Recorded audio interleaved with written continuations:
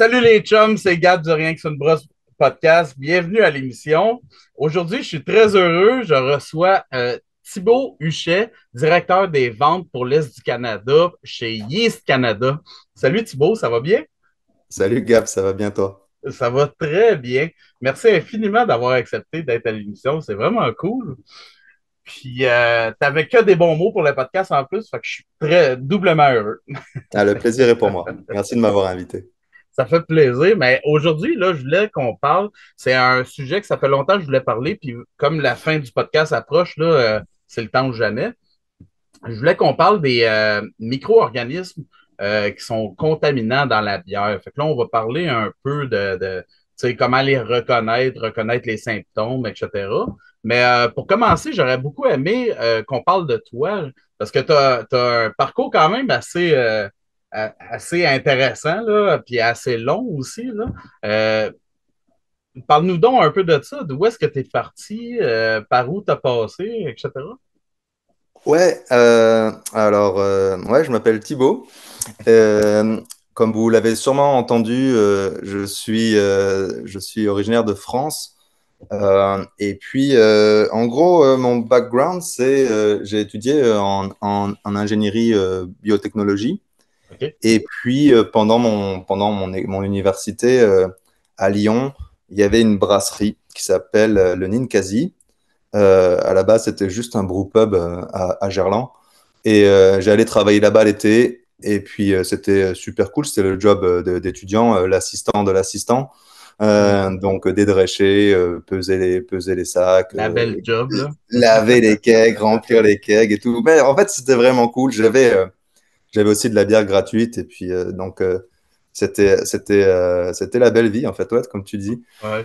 Et c'est un peu là que j'ai pris la piqûre pour le monde brassicole. Et puis, les deux brasseurs du Ninkasi, eux, avaient fait un cours de brassage à Louvain-la-Neuve.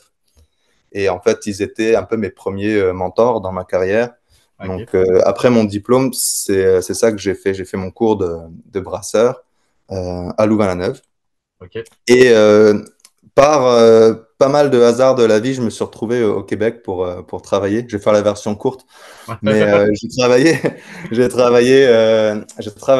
Le tout premier job que j'ai eu au Québec, c'était busboy dans un job de smoke meat, donc rien à voir avec ce podcast. Mais mon premier job brassicole, c'était chez RJ. Je travaillais en filtration. OK. Euh, et, euh, et après, j'ai trouvé assez rapidement une job chez Brasseur de Montréal quand ça Mhm. venait d'ouvrir. Donc, je faisais partie de l'équipe historique avec Jonathan Morse. Je suis resté 4 ans là-bas. Et puis, euh, et puis j'avais une opportunité d'aller travailler chez Labatt. OK. Et puis, c'était quelque chose que je voulais faire parce que, après, chez Brasseur de Montréal, j'étais la personne la plus connaissante, mais en fait, je connaissais peut-être pas grand-chose. Donc, je voyais une opportunité pour moi d'apprendre énormément, puis de toucher un peu à tout, puis avec un grand leader de l'industrie, donc apprendre des meilleurs finalement. Mhm. Euh, et puis c'était cool, j'ai tenu, j'ai tenu. J'ai passé 9 ans chez Labatt Ouais. et c'était super cool. J'ai fait plein de choses, de la supervision, j'ai fait de l'amélioration continue, tout ce qui est technique. J'ai été directeur du brassage, maître brasseur là-bas. OK. Et puis j'ai fait plein de projets très cool, des projets spéciaux.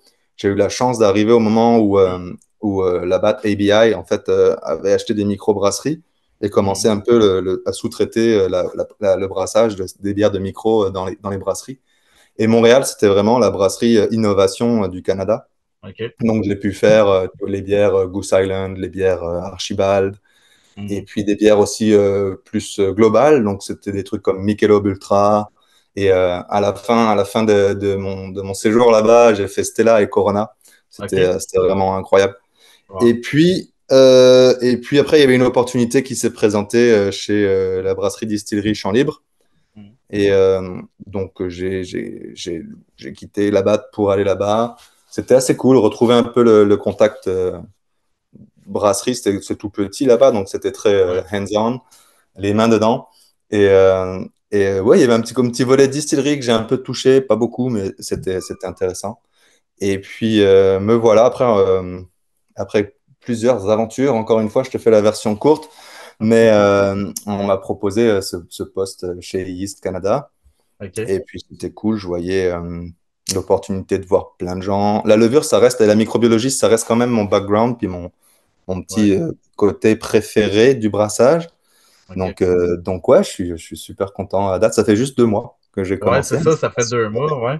OK. C'est tout nouveau, mais t'aimes ça Ouais. à date? Ouais, très très bien, très très bien. C'est un changement de beat de passer de la production aux ventes. Ouais. Euh, et, mais ça reste très intéressant parce que j'ai un contact quand même assez direct avec beaucoup de brasseurs, un contact assez direct avec le laboratoire, donc toute une expertise technique. Mhm. Donc il y a plein d'avantages aussi. C'est très différent, mais c'est très cool aussi. Ouais. Mais là, je veux juste en revenir. Tu m'as fait la version courte, mais pourquoi tu es arrivé au Québec? C'est-tu à cause d'une fille? Ah, tout le monde veut savoir ça.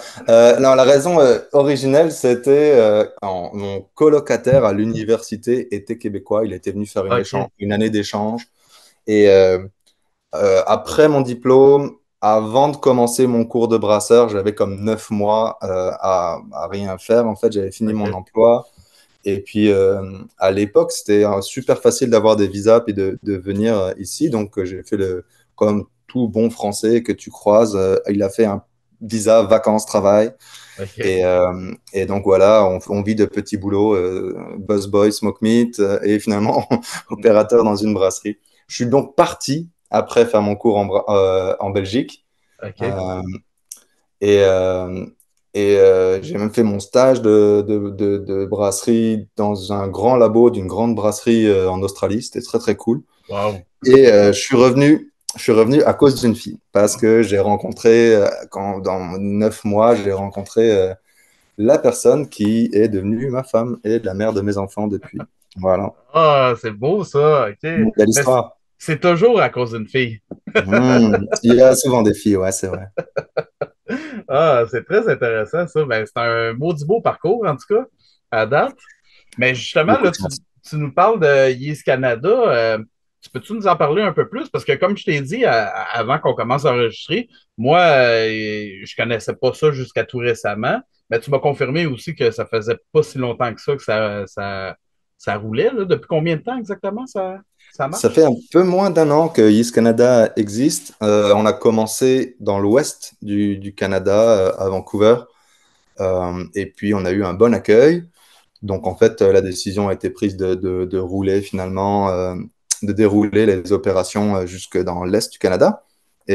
Et me voilà pour m'occuper de ça. OK.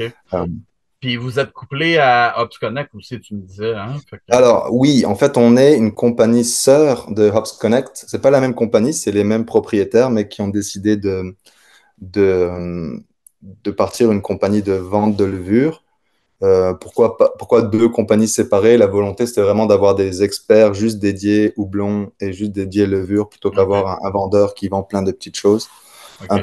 qui part un peu dans tous les sens. Et la décision a été prise quand ils ont été contactés par le laboratoire WHC qu'on représente. Donc, en fait, toute OK. la levure qu'on vend et qu'on distribue, c'est une levure qui vient d'un laboratoire qui, lui, existe depuis beaucoup plus longtemps, qui existe depuis 2007 OK. et il est basé en Irlande. C'est donc le labo WHC. C'est un OK. laboratoire qui se focalise uniquement sur les micro-organismes qui produisent de l'alcool. Donc pour les distilleries, les brasseries, en Irlande, il y en a beaucoup, donc c'est ça. Hmm. Mais aussi, ils font des levures pour le vin, pour le cidre. Il y en a moins en Mhm. Irlande, mais, mais ils font vraiment tous. Il y a pas de division boulangerie, par exemple, comme on peut trouver dans d'autres laboratoires de levure. C'est vraiment très axé production d'alcool. OK. OK. Puis, s'il y a des brasseurs à l'écoute, ben, je peux juste les encourager à t'appeler parce que vous avez quand même des bons prix, là, puis des beaux produits. Puis, Yes, c'est que de la levure sèche, mais le portfolio est quand même assez large. ouais, c'est ça. On Ouais. trouve des souches très classiques avec les équivalents d'autres compagnies. Et puis on a aussi des souches uniques qu'on a sorties cette année qui sont super cool. Ah, c'est cool ça. Yes, sir. Ben, si on tombe un peu plus dans notre sujet d'aujourd'hui, fait que là, je voulais qu'on parle un peu plus des micro-organismes contaminants. Fait que là, je les ai tous séparés un peu par type Ouais, de micro-organismes. ouais, Mais je commencerai, dans le fond, avec les bactéries lactiques. C'est-à-dire, ouais. là, on va parler souvent de lactobacilles, lactobacillus et pediococcus. Mhm. Fait que, qu'est-ce qu'elles font, ces bactéries-là? Ben, j'ai plusieurs autres questions, mais mettons qu'on Ouais. commence par qu'est-ce qu'elles Je- font au juste?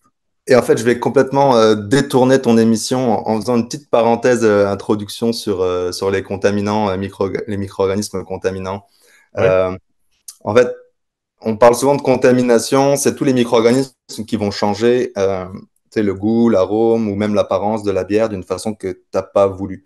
Hmm. Donc, ça peut être des trucs sauvages, comme ça peut être, on va le voir peut-être un petit peu plus tard dans les levures dites sauvages, que ça peut être ben, tu sais, la levure de ta saison que tu as faite la semaine dernière qui a comme changé ta Ouais. ale blonde parce qu'il y a une contamination croisée. Mhm. Euh, il y a aussi, ben, en fait, le truc que tout le monde sait, je pense, c'est qu'il n'y a pas de pathogènes qui peuvent pousser dans la bière, donc c'est assez cool. Ouais. Bon, principalement à cause de plein de choses qui inhibent la croissance de beaucoup de micro-organismes, l'alcool, le pH, puis aussi l'environnement anaérobique pendant la plupart du procédé, une fois qu'on a fini de fermenter. Et Mhm. du coup, il n'y a pas beaucoup de micro-organismes qui peuvent pousser. Donc en fait, c'est bien, l'émission sera peut-être moins longue qu'on pense. Euh, il y a environ peut-être 40 espèces de levures et puis 50 espèces de bactéries.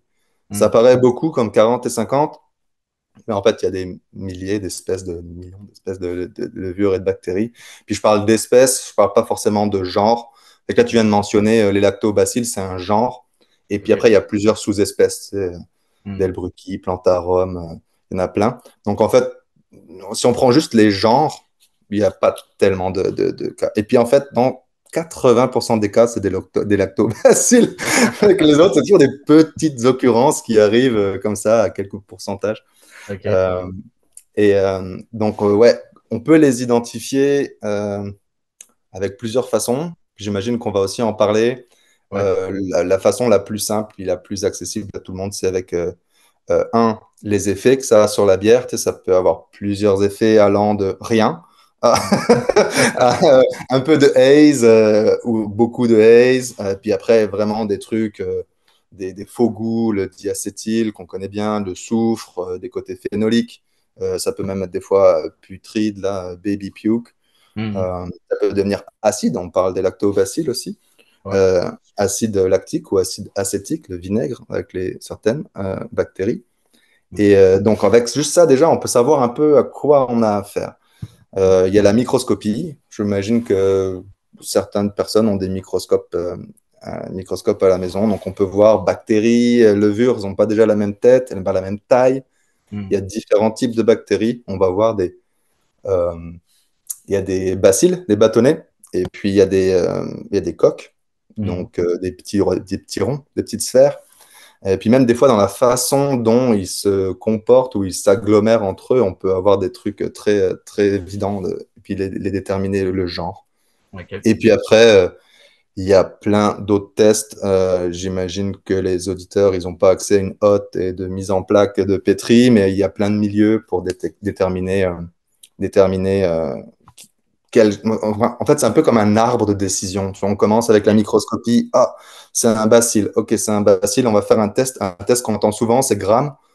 C'est Hmm. un test Ouais, de ben, coloration. c'est ça, Ouais. t'as gramme positif puis Et négatif. Gram négatif. Ouais. Ça, c'est le test le plus connu. Je pense qu'on en entend toujours parler, bactéries et Gram positif. Ouais. Euh, En fait, c'est un test qui a été inventé par un microbiologiste danois.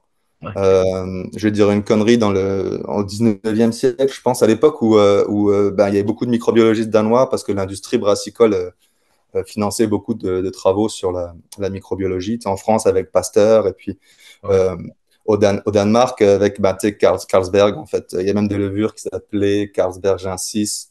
Hein, OK. c'était pour remercier le sponsor, on a donné son nom. Donc il y avait beaucoup de microbiologistes danois et En fait, il s'appelait Gram, comme c'est son nom. En fait, il n'y a rien à voir avec la masse, là. C'est juste OK. son nom. Il s'appelait Hans Gram ou quelque chose comme ça. OK. Et Monsieur Gram, il a inventé un test de coloration. Alors, en fait, c'est dépendamment euh, de la membrane cellulaire de certains micro-organismes. Elle est dépendamment de sa composition. Ben, en fait, dans le test, il va apparaître soit violet, puis c'est un gramme positif, soit rose, puis c'est un gramme négatif.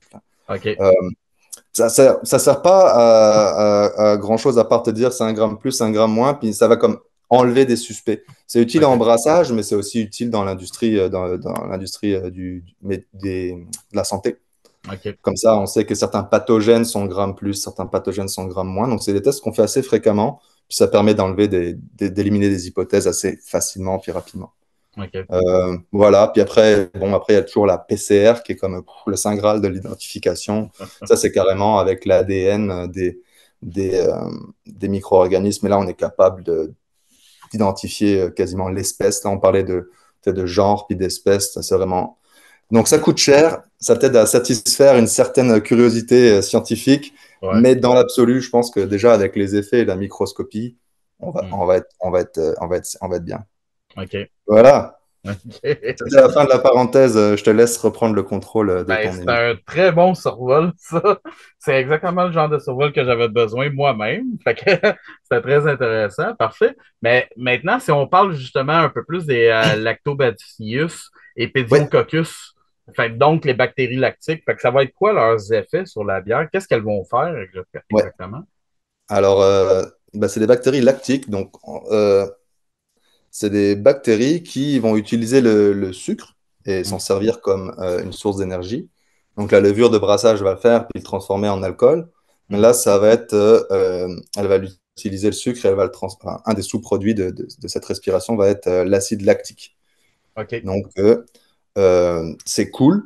C'est cool quand tu fais du yaourt, quand tu fais des fois de la charcuterie, quand tu fais de la choucroute. Il y a plein d'applications agroalimentaires. Ça peut aussi être cool en fait dans l'industrie brassicole parce on fait des sour avec des lactobacilles.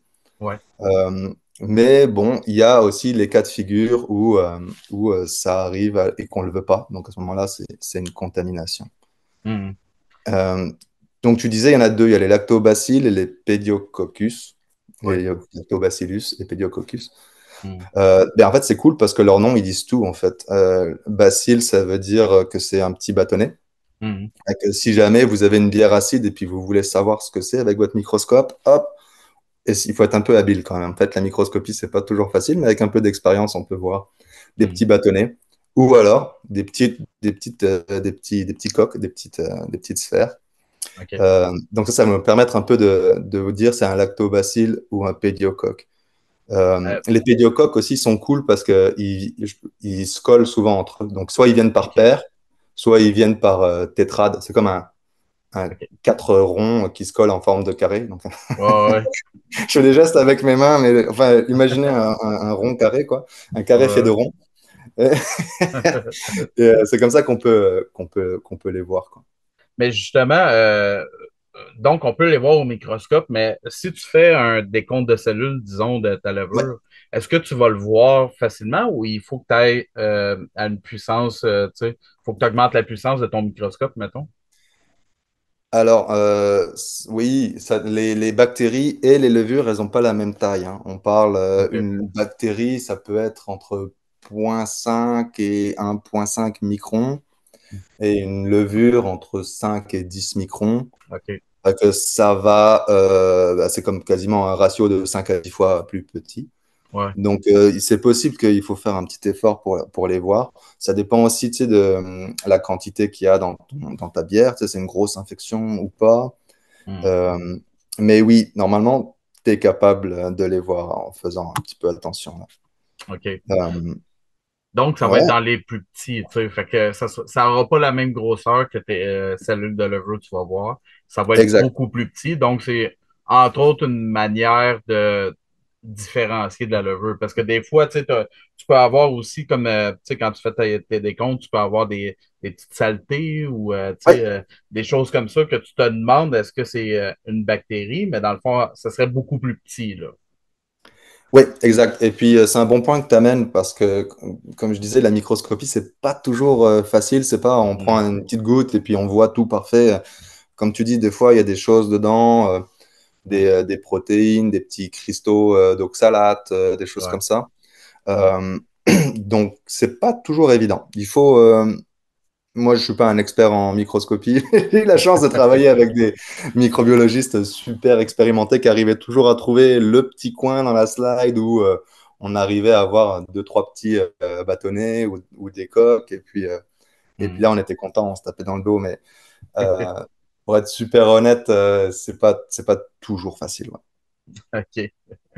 Les symptômes et les causes possibles de ces bactéries-là, lactiques, d'abord, comment on peut le voir? J'imagine que ça va être plus acide dans le fond. Parce que j'imagine il y a peut-être des auditeurs qui sont pas brasseurs, là, mais c'est Mhm. entre autres les lactobacillus qu'on va utiliser pour faire un kettle sour, là, dans le fond, qu'on appelle, pour baisser le pH de notre bière pour donner une sour, là, tu sais. Oui. Mais fait que les plus gros symptômes, ça va être l'acidité, mais est-ce qu'il y en a d'autres? Ouais, voilà, c'est ça, comme tu dis, c'est principalement l'acidité qui va baisser. Nos amis auditeurs brasseurs sont quand même assez familiers avec ça. Dans un Mhm. cas où il y a une grosse infection, on peut même avoir un peu de diacétyl. Dans les deux cas, OK. lacto ou pédio. Euh, le pédio, il a aussi une particularité, c'est qu'il excrète un Mhm. polysaccharide en pas mal bonne quantité. Fait que si tu as une grosse infection pédio, tu vas avoir un truc un peu visqueux. Tu peux même avoir en anglais on dit des ropes, là, comme des cordes, hein, une sorte OK. de fil dégoûtant, un peu visqueux dégoûtant là dans ta bière. Du coup, c'est pas super engageant. Et il faudrait que tu aies OK. quand même pas mal de pédio, mais le petit côté visqueux aussi à cause de ce polysaccharide qui est excrété dans la bière OK. peut être un indicateur. OK. Euh, ouais, après, tu peux aussi, dépendamment de où tu pognes ta contamination, euh, on parle de. On a dit, je vous ai pas dit, mais lacto et pédio, c'est des grammes positifs. Puis OK. on dit souvent, ah, les houblons, ils empêchent les grammes positifs de pousser. Mhm. En fait, c'est pas vrai. Pas avec tous, malheureusement. Donc, il y a des lactos qui, eux, sont sensibles au houblon. Fait qu'il y a OK. des lactos qu'on va trouver dans des circonstances où il n'y a pas de houblon. Donc, typiquement, au brassage, en fait, Mhm. avant, par exemple, je sais pas, c'est déjà sûrement arrivé à quelqu'un d'avoir un problème au brassage, un gros bris mécanique, puis de garder son mou Ah ouais. pas assez chaud, et ça peut aller assez vite avec un lacto en particulier qui s'appelle lacto Delbrucky. Mhm. Euh, Ou aussi, par exemple, dans le cas où on veut, donc c'est pas une contamination, mais si on veut faire un kettle sour, on houblonne pas Mhm. le mou, et puis on va mettre nos lactos, donc peut-être Plantarum ou Helveticum, il y a différentes espèces qu'on Mhm. peut utiliser. Et là, pour le coup, dans le cadre d'un usage contrôlé, on va privilégier ces bactéries, ces espèces qui sont sensibles au houblon. Parce que si jamais on en retrouve dans un autre, par une contamination croisée dans un autre de nos produits, si jamais il y a du houblon, puis il y a du houblon dans 99% de nos produits, il n'y Mhm. aura pas de risque de se développer. Donc c'est quand même une sorte de petite sécurité là. Mhm. Ouais, voilà. Et puis pédio, il y a beaucoup d'espèces. Il y en a une, en fait, elles sont pas mal toutes euh, sensibles au houblon. Mhm. Mais il y en a une qui s'appelle Pediococcus damnosus, comme damn, tu vois, genre damned, euh, qui est la plus connue qui est la plus connue parce qu'en fait, c'est ça, c'est une des seules qui est tolérante au houblon, quoi. OK. OK. Puis je pense que les deux, si je me trompe pas, je pense que les deux sont souvent ensemble. Parce que la cause principale, ça peut être le malt. de ce que j'ai compris, là, souvent, on va le Oui, retrouver dans le malt. Ben, on dit souvent, c'est un grand classique de brassage que, en fait, les écorces de grains, elles sont très riches en lacto. Euh, D'ailleurs, en fait, encore une fois, dans un usage contrôlé, dans certaines brasseries allemandes, pour acidifier leur malt, leur brassin, ils mettent une petite poignée de malt et puis ils, ils partent du principe que la faune, la flore sur l'écorce de grain, riche en lacto, va acidifier le, le brassin. Donc, ouais, on parle souvent du malt et puis la bonne pratique de essayer de séparer le moulin de la salle de production ouais. parce que la poussière, le vent, tout ça, ça arrive. Ouais. Enfin bon, j'ai travaillé dans plusieurs brasseries et puis je pense dans la moitié, il y avait un moulin à côté de la salle de brassage. Donc, Ouais. voilà, il faut faire attention. Ouais, ouais, ouais. Puis Mm. justement, ça peut être un bon truc pour les auditeurs là, qui ont une brasserie. Là, justement, tu parles en Allemagne, mais moi-même, je l'utilise, cette manière de faire-là. Là. Dans un autre travail, avant, j'utilisais des pitchs de lactobacillus pour Ouais, acidifier. Sauf que maintenant, c'est vraiment du grain. On va moudre un 5 kilos de grain pour un 2000 litres. On va mettre ça là-dedans pour la fin de semaine avec le CO2 là, dedans là, pour ouais, barboter, on laisse ça la fin de semaine, puis ça fait la job, ça. Ouais, bah, trop bien. ça peut Comme, sauver des sous pas mal, tu sais, par ouais, rapport à non, un c'est pitch, là, tu sais. ouais, Ouais, ouais, ouais. Ça peut être très intéressant comme méthode. une méthode traditionnelle qui Exact. Ouais, souvent les méthodes traditionnelles ça fonctionne parce que sinon elles seraient pas parvenues jusqu'à nous après toutes ces années. Quelqu'un exactement. les aurait- personne ne les aurait utilisées si elles marchaient pas. Fait que là, maintenant qu'on a parlé des bactéries lactiques, comme tu l'as dit, la plupart du temps, ça va être ces bactéries-là qui vont être à l'origine, mettons, d'une contamination. Mais il y en a quand même d'autres qui vont être qu'on va moins voir, mettons, en brassage, mais je voulais quand même qu'on s'y attarde un peu. Fait que la prochaine, c'était les bactéries anaérobiques. Là, j'ai mis, tu sais, là, je parle de Pectinatus et Megasphaera. Mais Ouais, je pense qu'il y en a d'autres aussi, mais tu sais, j'ai mis les deux plus importantes. C'est quoi ça? Qu'est-ce qu'elles font au juste dans la bière? ouais, c'est deux bactéries qui sont anaérobiques. Ça veut dire elles prolifèrent dans des milieux sans oxygène. OK. Et ce qui est intéressant de savoir, c'est que c'est des bactéries qui sont anaérobiques strictes. Ça veut dire que OK. s'il y a de l'oxygène, elles meurent, en fait. L'oxygène les tue. Et qu'elles peuvent juste pousser dans des milieux anaérobiques. OK. Et en fait, c'était pas un problème historiquement dans l'industrie brassicole jusqu'à les années, je vais encore dire une connerie, je suis vraiment pas bon en histoire, mais dans les années 70, 80, quand on a fait d'énormes progrès en termes de conditionnement et surtout en termes de contrôle de l'oxygène dans les bouteilles ou les choses comme ça. OK. Euh, on arrivait à finalement conditionner de la bière avec très très très très peu d'oxygène. Fait que ça a super amélioré la qualité de la bière, mais paradoxalement, ça a un peu ouvert la porte à ce genre de contamination. OK. Et donc, ça fait c'est des contaminations pas cool en plus. C'est des, c'est des micro-organismes qui vont faire une grosse turbidité dans la bière. Et jusque-là, ça va, mais ça va donner surtout des arômes et des goûts très, très peu invitants. Euh, Pectinatus, ça va être très H2S, donc côté œuf pourri. Et puis Megasphaera, ça va être dans un trip très ranci, putride, vomi de bébé. Donc OK. c'est pas super cool. OK. Euh, on a découvert, bah, Pectinatus existait depuis toujours. Là, on l'a juste découvert parce qu'il a commencé à faire des contaminations dans les brasseries. Puis les gens ont fait, waouh, c'est quoi ça? On connaissait pas. Euh, il y a plusieurs espèces, je pense, qui ont apparu au cours de l'histoire, enfin, les gens ont identifié en fait au cours de l'histoire. La plus connue, c'est Pectinatus cerevisiphilus, donc ça veut dire qui aime la bière, littéralement. OK. Euh, Après, plus tard aussi, il y a eu l'apparition, enfin la découverte de Megasphaera. Ça, c'était un petit peu plus tard, mais pareil dans les années 80. OK. Ouais, Megasphera, elle est cool aussi. Ben, elle est cool. Elle est spéciale parce que elle est un petit peu plus sensible à l'alcool aussi OK. que Pectinatus. Donc, c'est peut-être pour ça qu'on l'a découverte plus tard, parce qu'elle apparaît que dans des bières qui sont basses en alcool à cause de sa sensibilité à l'alcool, justement. OK. Puis ça, naturellement, ça veut dire en anaérobique, ça veut dire qu'on va retrouver ça surtout dans le produit fini, mais tu sais, pas le jour du canage, tu sais, ça va se développer avec le temps, rendu, j'imagine, en emballage, là, tu sais. Oui, c'est bah, comme la plupart des contaminations aussi, ça arrive pas dans la minute.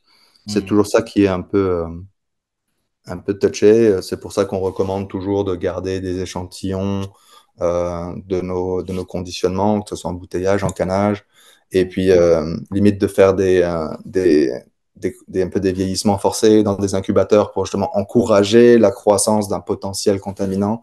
Puis comme ça, on est capable d'avoir une sorte de vision du futur à moindre coût.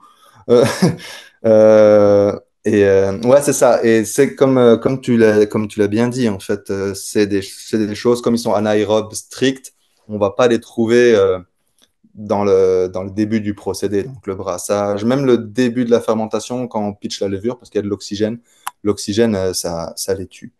OK. Euh, donc ouais, on va les retrouver principalement côté packaging finalement. OK.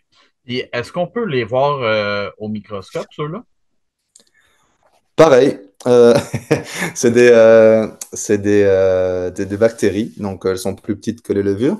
Mhm. Euh, Encore une fois, Pectinatus, c'est un bacille, c'est un petit batané, et Megasphera, son nom l'indique, c'est OK. une grosse sphère. OK. Elle est grosse, mais elle n'est pas plus grosse qu'une levure, ou elle n'est même pas aussi grosse qu'une levure, elle est peut-être un peu plus grosse qu'un coq, là. OK. Euh, En fait, elle porte pas si bien son nom, en fait. On aurait dû l'appeler pas si mal Sphera, tu sais, genre méga Sphera, c'est un Moyenne peu too sphère, much. ouais. Ouais, moyen Sphera. Et ouais, on peut les voir, on peut les voir. En vrai, je pense que les symptômes sont quand même euh, assez spécifiques. Tu vois, le côté baby puke ou H2S. C'est pas forcément des symptômes aussi qu'on va retrouver dans les autres contaminants. Donc, je te dirais que ce sera probablement la première chose. La première chose, ça va être ça, là, cette petite note de H2S, de, de tout ce qui est même Megasphera, un petit côté tu sais, urine de chat, sweaty, dégueu. C'est que des OK. termes qui font rêver. Euh, mais ouais, ou acide butyrique, c'est vraiment le vomi de bébé, le côté ranci, là. Enfin OK. bref, que des choses réjouissantes. J'espère que vous n'êtes pas en train de manger en écoutant Ah non, c'est dégueu. ça. Puis, ça peut être quoi? Est-ce qu'ils ont des causes particulières ou ça va être vraiment juste des histoires de lavage mal fait ou des choses comme ça? Où est-ce qu'on peut les retrouver, en fait? Ouais, tu vas les retrouver plus bas dans le procédé. Donc, tout ce qui est conditionnement, BBT, enfin, dès qu'il n'y a plus d'oxygène, en fait, Ouais. au niveau des causes, alors c'est sûr que, tu sais, il n'y a pas de porte ouverte avec le vent qui rentre dedans, mais en fait c'est souvent puis ça va être ça pas mal pour ça va être ma réponse pour toutes les contaminations, mais Ouais. c'est souvent des problèmes, ouais, un nettoyage qui a été incomplet. Euh, il y a plein de choses que tu dois checker quand tu laves. C'est juste les parois, mais il y a toujours des blind spots. Dans des grosses brasseries, il y a des tuyaux, mais il y a toujours aussi des points morts. Hmm. Les pièces mobiles, les petits robinets d'échantillonnage, les gasquettes, les cils, Les les bières de caoutchoucs dans les valves. carbonatation. Enfin, tout le monde connaît ça. Je vais pas Ouais. trop aller trop loin. Ou même, en fait, je parlais de vent, mais même pendant le conditionnement, il y a toujours un moment où quand même la bouteille est Ouais. ouverte, en fait. Ouais. Donc, c'est sûr que si on ouvre les deux portes de la brasserie pour qu'il y ait un beau courant d'air, Mhm. ça aide pas. Ouais. Pour revenir au microscope, là, il y a une question qui va me venir à l'esprit. Est-ce que on va être, parce que là, on va en parler de d'autres aussi là, pour voir si on peut les voir au microscope, mais est-ce qu'on peut les différencier? C'est comme Pectinatus, tu disais que c'était des bacilles. Est-ce qu'on peut le différencier, mettons, du lactobacillus ou pas vraiment? Je te dirais pas vraiment. Il y a des configurations, des fois, dans les micro-organismes. On vient de voir Pediococcus, tu sais, qui va en tétrade ou en paire. Acétobactère, dont on va sûrement parler, il fait des sortes de filaments comme ça. Une OK. colonie, c'est rigolo à voir, mais c'est pas rigolo à avoir. Mais tu vois, c'est assez cool, c'est assez caractéristique. OK. Euh, Avec une bonne. Puis je vais dire une connerie peut-être, mais il y a des bactéries qui sont motiles aussi, qui sont capables de bouger. Il y en a qui sont pas capables de bouger. Fait que ça, c'est un autre. Si tu es bon en microscopie, tu serais capable de dire celle-là, elle bouge, c'est donc pas celle-là, ou c'est plus dans OK. cet arbre de décision. OK. Euh, mais je pourrais pas te dire en fait Ouais, ouais. si c'est motile. Enfin, je vais dire une connerie, et puis les auditeurs vont détester. OK. Fait que pour les reconnaître, il faut amener son savoir un peu plus loin puis aller regarder vraiment les Ouais, caractéristiques de chacune, là, tu sais. c'est ça. Puis si on parle de mise en plaque, ça c'est des grammes négatifs, donc c'est Hmm. déjà un test. Et par contre aussi c'est des anaérobes stricts, donc ça demande d'être capable de les mettre en plaque et en culture dans un milieu sans oxygène. Ah Parce que ouais. si on met en plaque avec de l'oxygène, on verra rien, puis on dira ah, il n'y a pas de contamination, mais en fait oui, il faudra toujours faire une mise en plaque anaérobique. OK. OK. Un autre obstacle pour nos amis brasseurs maison qui nous écoutent. Exactement.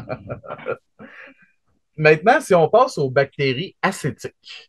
Fait que là, on va parler de surtout de acétobactères, comme tu as parlé tantôt. C'est quoi ça? Qu'est-ce que ça fait? Alors, les bactéries acétiques, comme leur nom l'indique, elles vont produire de l'acide acétique. L'acide acétique, c'est le terme scientifique pour le vinaigre. OK. Euh, alors, à l'opposé des levures de brasserie ou des lactobacilles qui, elles, utilisent le sucre qui vont transformer en alcool ou en acide lactique, euh, les bactéries acétiques, elles vont oxyder l'éthanol et le transformer en acide acétique. C'est-à-dire qu'elles vont prendre OK. l'alcool et le transformer en vinaigre. OK. Euh, c'est une culture qui est aussi super utilisée dans l'industrie agroalimentaire pour produire du vinaigre, quelle Ouais. surprise, et plein, et plein d'autres choses. Euh, c'est en fait aussi une famille, les bactéries acétiques, c'est pas un genre. On parlait de lactobacilles puis d'espèces là. Ouais. Donc c'est une famille, il y a plusieurs genres. Mhm. Acétobactère, c'est un genre. Il y en a plein d'autres. Je sais plus combien, mais les plus connus, ce serait gluconobactère et gluconacétobactère. Là, Ouais. je mets des guillemets parce que je vais dire une connerie. Euh, et leur particularité, c'est, voilà, comme je disais, c'est qu'elles oxydent l'éthanol en OK. acide acétique. Donc, en fait, elles ont besoin de beaucoup d'oxygène OK. pour produire cet acide. Euh, c'est ça, principalement les bactéries acétiques. OK. Fait qu'ils peuvent pas ils ont, donc, sur le côté anaérobique de la bière, ils peuvent pas se. Est-ce qu'ils peuvent se développer quand même ou pas en tout? Alors, je ne sais pas s'ils sont aérobes stricts. Le fait est que la réaction chimique d'oxydation d'éthanol en acide acétique ne pourra pas prendre Ouais. place de toute façon s'il n'y a pas d'oxygène. Tu as besoin OK. d'oxygène pour oxygéner, pour oxyder. OK. OK. Ouais, OK. c'est Puis ça. au microscope, ça va ressembler à quoi, ça? Est-ce que c'est des bacilles ou ça va être plus des Ouais, coques ou ouais. c'est des rods, c'est des petits bâtonnets. OK. Euh, c'est des grammes négatifs. OK. Voilà, contrairement à nos lactobacilles qui sont grammes positifs. Mhm. Euh, et puis, elles vont, comme je l'ai dit, en fait, si les auditeurs sont attentifs, elles se présentent souvent en colonie, un peu à la queue leu comme ça. Et OK. s'il y en a beaucoup, donc c'est aussi assez facile à déterminer, quoi. OK. OK. Entre guillemets facile, encore une fois. Ouais, Mais s'il y en ouais. a beaucoup, on est capable de les voir. Ouais. OK. Puis, fait que les symptômes, c'est vraiment juste, dans le fond, que ça va virer un peu à. On va le reconnaître au goût puis à l'odeur, j'imagine. Ça va avoir. Ouais, ça va être acide acétique pour acétobactère, glucanobactère. Il va donner peut-être un petit côté un peu cidre, tu sais, OK. acide cidre. Euh, Aussi, on voit si si tu as déjà fait un peu de vieillissement en barrique, un peu sauvage et tout, il y a toujours une sorte de dépôt huileux là dessus. Ouais, ouais. Ben, souvent, c'est du acétobactère, enfin une bactérie acétique qui fait ce petit dépôt huileux. Ça apparaît comme ça s'il y en a beaucoup. OK. Euh, et puis, s'il y en a beaucoup aussi, des fois, tu peux avoir ce petit côté visqueux à cause justement de la configuration à la queue leu. Mhm. Ça peut donner aussi un petit côté ropey à la bière, un peu visqueux. OK. Y a-tu des utilisations de ça en brasserie? As-tu déjà vu ça, mettons, pour une bière spécifique, d'utiliser ce genre de bactéries-là? C'est, je te dirais que c'est principalement un contaminant, et puis euh, qu'on voit moins souvent maintenant, mais c'était très à l'époque, tout ce qui était casque, les bières qui étaient en contact avec l'oxygène. Mhm. Euh, Après, oui, il est utilisé. Les bactéries acétiques sont utilisées dans certains styles traditionnels belges. En fait, OK. les lambics, il y a forcément des acétobactères. Les bactéries acétiques, là, c'est très très présent dans la nature. En fait, on en trouve sur les fruits, sur un peu partout. Ben, Mhm. c'est parce que ça va pourrir et puis ça va donner un goût de vinaigre. Mhm. On en trouve dans les rouges des Flandres aussi. Je pense que mais c'est des fermentations acéto-lactiques, je pense OK. qui sont quand même contrôlés, c'est leur flore à eux. Mhm. Euh, donc, ça doit être assez spécial. Puis après, tout ce qui est OK. sauvage, en fait, on parlait des vieillissements de bière en fût. Tu sais, des fois, il y a toujours ce petit côté vinaigré là, qui est cool, en fait, dans certaines quantités. Ça peut donner une belle complexité. Quand Mhm. c'est 100% vinaigre, c'est tout de suite un petit peu moins agréable, mais quand c'est mélangé, ça peut être sympa. Ça peut être sympa, ce petit côté vinaigré acétique. Ouais. OK. Ben, c'était très intéressant. Ça, c'était la partie bactéries. Puis j'en ai passé, on s'entend, là. Il y a sûrement Oui. plein d'autres choses encore que on n'a pas vraiment parlé, mais qui sont un peu moins présentes en brasserie. Maintenant, j'aimerais ça qu'on parle un peu plus du côté des levures contaminantes maintenant. Mhm. Fait que là, mettons qu'on commence avec les Brettanomyces. Même Oui. chose, les bonnes vieilles brettes, dans le fond. Même chose, c'est quoi ça? Qu'est-ce qu'elles vont faire dans la bière? Alors, Brett, ouais, alors les levures, contamination levure et levure dites sauvages, Hmm. c'est un gros dossier, c'est bon. C'est une bonne deuxième partie. Bravo, Gap. Tu as bien fait ça. Brettanomyces, c'est une levure qui est traditionnellement associé au style Stock Ale c'est quoi? Je vais encore dire une connerie en histoire, peut-être 19e siècle en Angleterre. En fait, OK. Brettanomyces, ça veut littéralement dire levure de Bretagne. OK. Euh, mais c'est pas une levure qui vient de Grande-Bretagne, il y en avait partout dans le monde. La preuve en est qu'on la retrouve aussi dans plein de styles belges traditionnels, les lambics dont on parlait. Je pense qu'il y a des phases là, puis ça arrive toujours en troisième ou quatrième phase à la fin de la fermentation lambic. On en OK. trouve dans certaines rouges des Flandres, et puis on en trouve dans une de mes bières favorites, l'Orval, qui est comme la Ah bière, ouais. voyons, la bière d'abbaye, Hmm. trappiste. Donc c'est une bière qui est en seconde fermentation. Euh, Inoculé avec du Brettanomyces, puis ils font aussi un dry hopping là depuis. En fait, c'était les brasseurs artisanaux du Moyen Âge, tu vois. Ouais. C'est trop cool. Et ils font ça depuis des centaines d'années. Ils utilisent des brettes, du dry hopping. C'est vraiment, vraiment super cool. OK. Mais Euh, ça, dans le fond, c'est une levure qui va aller plus lentement que les autres, puis qui va souvent venir après la fermentation vraiment active, là. C'est ça? Ouais, traditionnel. Oui, en fait, ben là, on parle un peu de comment l'utiliser de manière contrôlée, donc on parle plus trop de contamination. Mais Ouais. même dans le cas de contamination, c'est souvent un truc qui va arriver très tard parce que les Brettanomyces, ben en fait, on les met à la fin, mais ils ont plein d'avantages par rapport aux levures de brasserie classiques. Tu sais, ils sont diastatiques, ils sont capables d'aller gratter encore un petit peu de sucre que la levure n'était pas capable. Et ils font plein, plein de choses. Ils font plein, plein de choses, et puis ils sont surtout connus pour leurs caractéristiques tu sais, funky, là, les Mhm. aromas, les arômes et puis les goûts funky. C'est très caractéristique et puis c'est quand on décrit qu'au début ça va, c'est floral, un peu fruité, et puis que avec le temps ça devient plus écurie ou j'ai toujours aimé cette description de chien mouillé dans une cabine téléphonique. On comprend que dans un style de bière où on veut pas ça, c'est vraiment pour ça qu'on appelait ça une levure sauvage puis un contaminant. OK. Euh, et puis aujourd'hui, bah, comme tu l'as dit, puis comme tout le monde sait, tout le monde l'utilise parce que c'est très complexe. Euh, on n'appelle ça plus du tout Brettanomyces, on appelle ça Brett, comme si c'était comme notre vieux copain.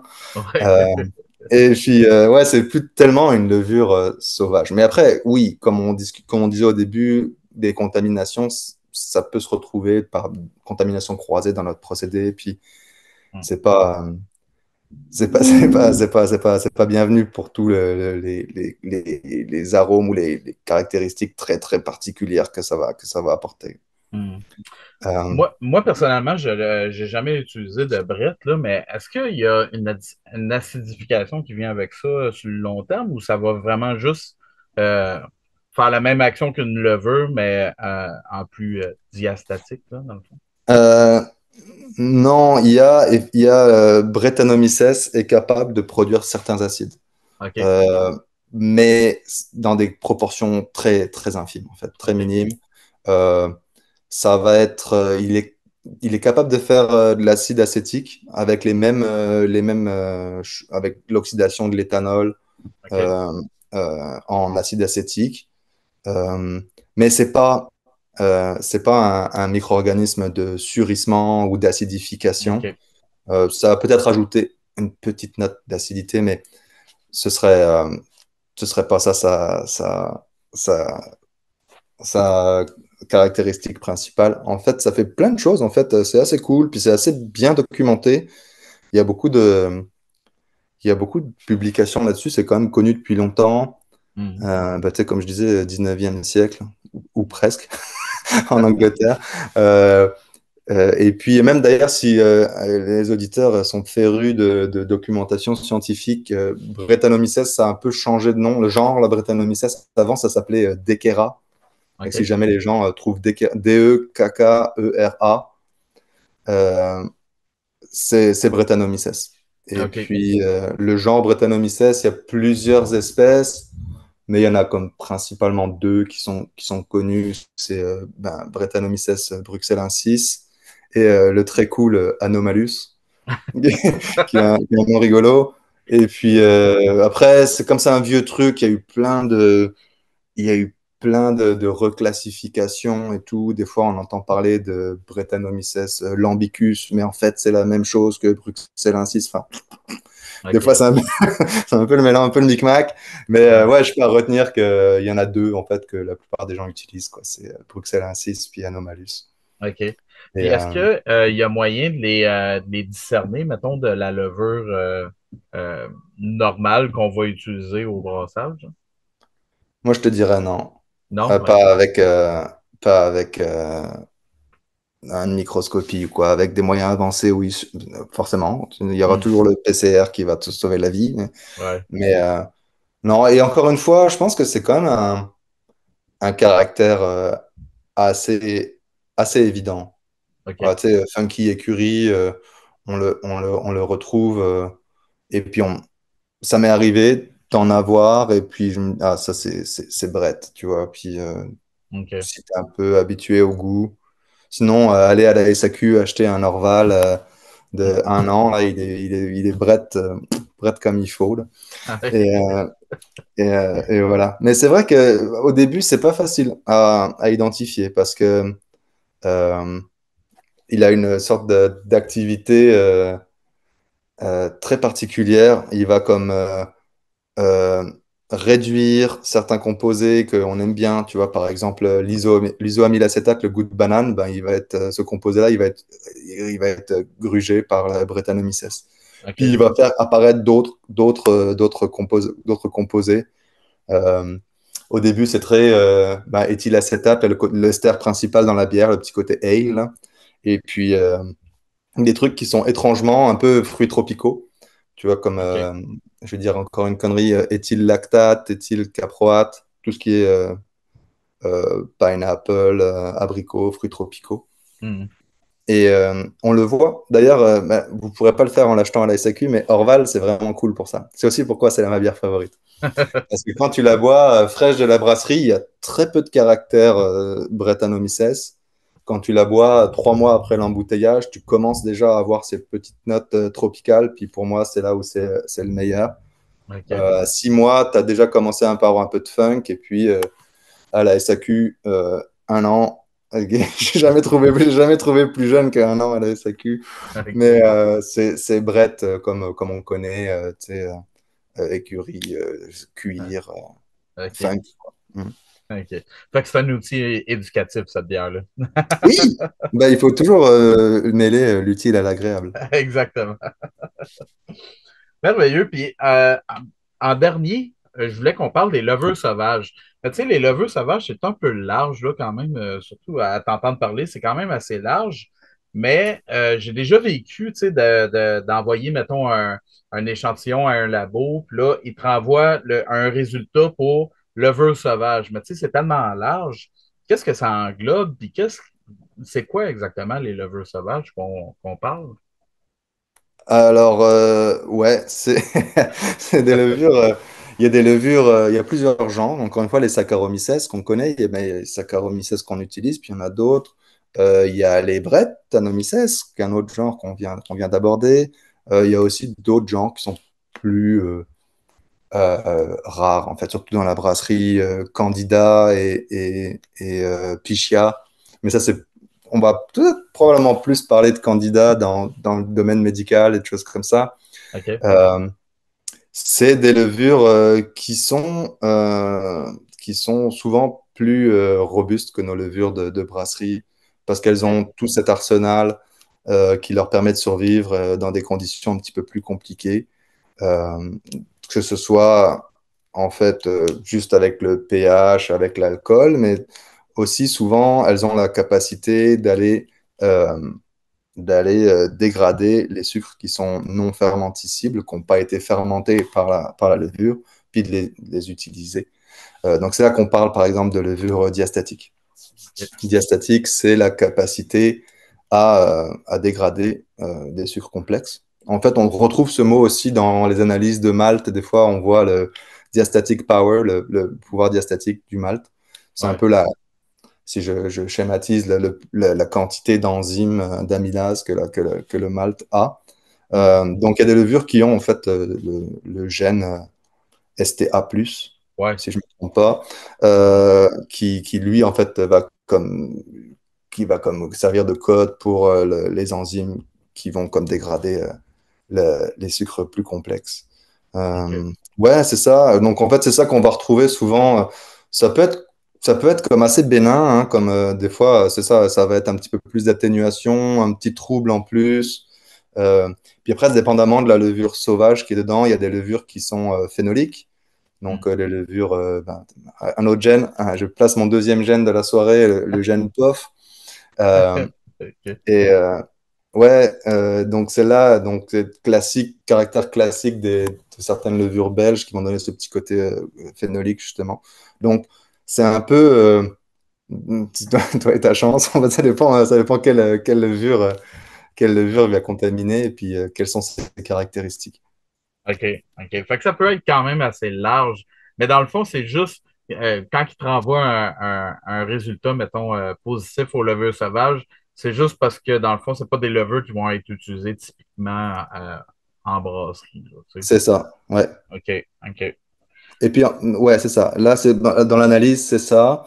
Dans les faits, par exemple, dans mon temps chez Labatt, on avait des levures sauvages, mais ça pouvait très bien être, tu sais, la levure lager qui était dans la levure ale pour nos Hmm. Labatt lager, Labatt ale. Et puis, c'était considéré comme une levure sauvage, même si c'est une levure euh, domestiquée, si on peut domestiquer un organisme unicellulaire.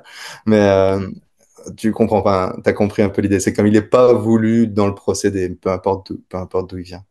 Ben, c'est ça, dans le fond, parce que, tu sais, on parle de levure sauvage, mais c'est juste que c'est pas la levure qu'on utilise. Ouais, non, c'est pas clair là ce que je veux dire, mais tu sais, dans le fond, c'est juste des levures qui sont pas commercialisés quasiment, là, tu sais, parce que c'est des levures qu'on pourrait utiliser pour notre brassage traditionnel, si on voulait, là, dans le fond. Je sais pas Alors, si tu vois oui, ce en que fait, je veux bah, des dire. levures, tu sais, il y en a partout, hein. Il y en a Ouais. dans, euh, dans les fleurs, dans les arbres, dans ta barbe. Il y en a partout. Puis il y a plein d'histoires. Et il y a plein de gens qui font ça avec un sérieux et qui est tout à fait honorable, qui vont aller justement chercher des levures sauvages euh, dans leur environnement et puis essayer de développer leur souche de brassage, la domestiquer en fait, Mhm. en utilisant des levures locales. Il y a plein d'exemples juste au Québec, puis c'est très cool, c'est super cool. Mhm. Mais après, voilà, c'est ça, toutes les levures que tu prends avoir, vont pas avoir un intérêt pour la brasserie. Mhm. Euh, et ça peut juste fermenter, donner de l'alcool, mais avoir plein de métabolismes secondaires qui font des composés dégueulasses, puis ça marche pas. Si tu veux Ouais. faire une expérience rapide, tu peux acheter de la levure de distillerie. Mhm. C'est de la levure. Ça, et la levure de distillerie, si tu fais une bière avec, ça va être dégueulasse. OK. Pourtant, c'est de la levure, puis, mais elle est clairement sélectionnée pour être capable de fermenter un truc à 10% d'alcool, le finir super atténuante et puis dans un temps réduit. C'est pour ça qu'elle a été OK. sélectionnée. Mais c'est pas forcément pour ses super caractéristiques euh, aromatiques ou tu sais, Mhm. reliées au goût, comme la plupart des levures de brasserie ont été sélectionnées au cours des siècles Euh, de, de brasserie. ben là, tu viens de me donner une idée. Je pense que je vais prendre un petit bout de ma barbe, puis je vais essayer de. Tu m'as dit qu'il y en avait dans ma barbe, mais peut-être essayer Il y de en a. partir quelque chose avec ça. Il y a d'autres choses aussi dans ta barbe, Aussi, mais ça, on n'en parlera pas. mais on n'en parlera pas. Mais elle est très belle. En tout cas, moi, je le vois à l'image. Je te trouve quand même bien propre. Merci, il y a un peu de blanc là, qui sort un peu partout, mais ça va à date. Puis, une dernière question. Les levures sauvages, ça non plus, j'imagine, on ne peut pas vraiment les différencier de la levure classique que tu es en train d'utiliser en brasserie, j'imagine? Euh, Effectivement, enfin, à l'œil, à la microscopie, non, Ouais. ça va être compliqué. Encore une fois, il y a toute une batterie de tests. Là, ils ont toutes des caractéristiques différentes, donc on est capable d'aller chercher une activité. On est Hmm. capable d'aller chercher un gène avec le PCR encore. On est capable de faire des miracles. Hmm. Mais non, à la microscopie, c'est compliqué, ouais. OK. OK. Hey, c'était vraiment très intéressant tout ça. Moi-même, j'ai beaucoup appris. C'était vraiment le fun de t'entendre. Puis, au fur et à mesure que tu parlais, je me suis rendu compte que j'avais pogné exactement la bonne personne pour en parler. Ah, c'est trop gentil. Mais en fait, si nos auditeurs ils veulent aller plus loin, il y a deux ouvrages qui sont comme tu lis ça, puis tu n'as pas besoin hein, de faire grand-chose d'autre. Ça s'appelle, il y en a un qui s'appelle Brain Microbiology. C'est c'est Priest, l'auteur Priest et Campbell, qui sont comme les deux professeurs de Heriot-Watt en Écosse, là, qui ont écrit plein de livres. Mais ce livre, il est ultra complet. Surtout, là, ça va parler de tout ce qu'on a dit, ça va parler de tous les tests que tu peux faire et tout. Donc, c'est vraiment comme level de la mort. OK. Et puis, il y en a un qui est bien aussi, qui est de manière générale, c'est vraiment un bon ouvrage, qui est le Oxford Companion to Beer. OK. C'est comme une sorte de dictionnaire, une encyclopédie OK. sur tout en fait de la bière. Et puis tu sais, tu vas chercher l'article. Ah, c'est quoi un pédiococcus? Ben, tu vas chercher pédiococcus. Puis c'est des petits articles qui ont été écrits par exemple, dans les grands professeurs de ce monde, mais de OK. manière assez synthétique. Et puis du coup, c'est facile et puis c'est cool. OK. Ouais, je t'enverrai les références. Tu pourras les mettre sur, Ah oui, sur bonne quoi, si idée. on peut les Ouais. partager d'une façon ou d'une autre. Parce qu'avec mon accent anglais puis toutes mes erreurs que je dis, Ouais, mais je suis pas sûr je m'y qu'on connais pas retrouve. plus que toi, fait que c'est pas des erreurs pour moi. Faut mentir avec aplomb. Exactement. En terminant, est-ce que tu as des plugs à faire? Qu'est-ce qui s'en vient pour Yes Canada? Là, c'est quand même assez jeune, mais est-ce que vous avez, je sais pas, des nouvelles sortes de levures, des événements ou des choses comme ça qui s'en viennent pour vous autres? Oui, le gros truc, notre grosse nouveauté pour l'été, c'est vraiment, on a sorti des souches qui sont uniques à nous, donc qu'on a OK, développées au laboratoire. Et elles sont très très cool parce qu'elles ont la particularité d'être thermorésistantes. OK, Euh, donc on en a deux. Elles sont thermorésistantes, elles travaillent entre 30 et 36 degrés, donc elles travaillent très OK, vite. Et on OK, en a deux, comme je disais, il y en a une qui est très axée NEPA avec beaucoup d'esters. Euh, Elle a été sélectionnée parce qu'elle a fait des esters de fruits tropicaux, mangue principalement. Elle a un gros pouvoir de biotransformation et puis elle a une bonne production de haze assez stable. OK, Et puis c'est ça, elle travaille à 30 et plus, donc on est capable de faire une fermentation en 3 jours. Puis après, OK. hop, on baisse un peu la température, on fait le dry hop. On serait capable de faire une NEPA en 7 jours du grain Hmm, à l'encanage. Donc c'est super cool, surtout pour des brasseries intéressant, qui ont ouais. des gros problèmes de saisonnalité ou que l'été c'est toujours un peu compliqué. Ouais, Et puis l'autre opposé du spectre, c'est une bière qui est super clean, une levure qui est super clean, très très neutre dans son profil. Donc elle est assez versatile. Elle va te permettre de faire des West Coast IPA, une Imperial Stout. Et il y a même des brasseurs au Royaume-Uni, parce que OK, c'est là-bas que le labo est, puis ils ont eu accès à ça avant nous, qui ont fait des pseudo-lagers. Donc OK, une lager, je fais des guillemets avec mes doigts, c'est une lager qui a fermenté à 25 degrés. Et pareil, ça coupe pas mal le temps. C'est pas du tout traditionnel, mais le ouais. résultat final est très similaire en fait à ce que une lager goûte. Donc, OK, je pense pas qu'on puisse appeler ça une lager, donc on appelle ça une pseudo-lager. ouais.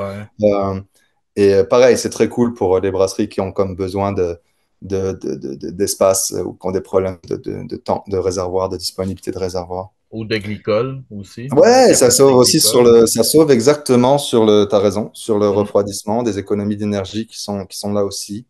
ouais, Euh, voilà, et puis dans le portfolio, un peu plus tard dans l'année, en fait, on a eu la visite du directeur technique et le cofondateur du laboratoire, Philippe Nutt, au cours des dernières semaines. Il était au CBC à Vegas, puis après il a fait une petite tournée du Canada, et il a réalisé qu'en Amérique, il y avait beaucoup d'attrait pour les styles traditionnels ouais. européens. Et il était, ah, mais en fait, on a des souches de lager qu'on n'a vraiment pas vraiment pensé à vous envoyer. Donc, on devrait avoir une LS, une Mexican lager. Et puis là, un truc très cool, il travaille avec Budvar pour avoir une levure tchèque, levure lager Wow. tchèque. Fait qu'on OK, va bien booster notre portfolio côté lager et OK. puis s'éloigner un peu on a l'équivalent des lagers qui sont relativement très, très, très clean, puis pas trop Hmm. de caractère. Donc, on va pouvoir mettre un petit peu de caractère dans nos lagers, ça va être cool. Ah, c'est cool. Ouais, Ben, fait que c'est juste du bon qui s'en vient pour vous autres. ah, je croise les doigts. Ah, ben parfait. Ben, je suis très content pour toi. Puis merci infiniment d'avoir pris le temps aujourd'hui. C'est un gros épisode, mais je suis bien content qu'on l'ait fait avec toi. C'est vraiment cool. Ah, moi, je suis ravi que tu m'as invité. C'est vraiment cool ce que tu fais. Et puis, je tenais à te féliciter. Si ça arrive à la fin, c'est que tu as quand même atteint tes objectifs. Et puis, tu dois être très Exactement. content. Tu dois être très, Ouais, très content. ouais. Je suis très content, puis très content de finir ça avec des bons épisodes comme le tien. Fait que merci beaucoup. Trop bien. Salut, Gab. Puis à vous autres, les auditeurs, ben, je vous dis à un prochain épisode. Cheers!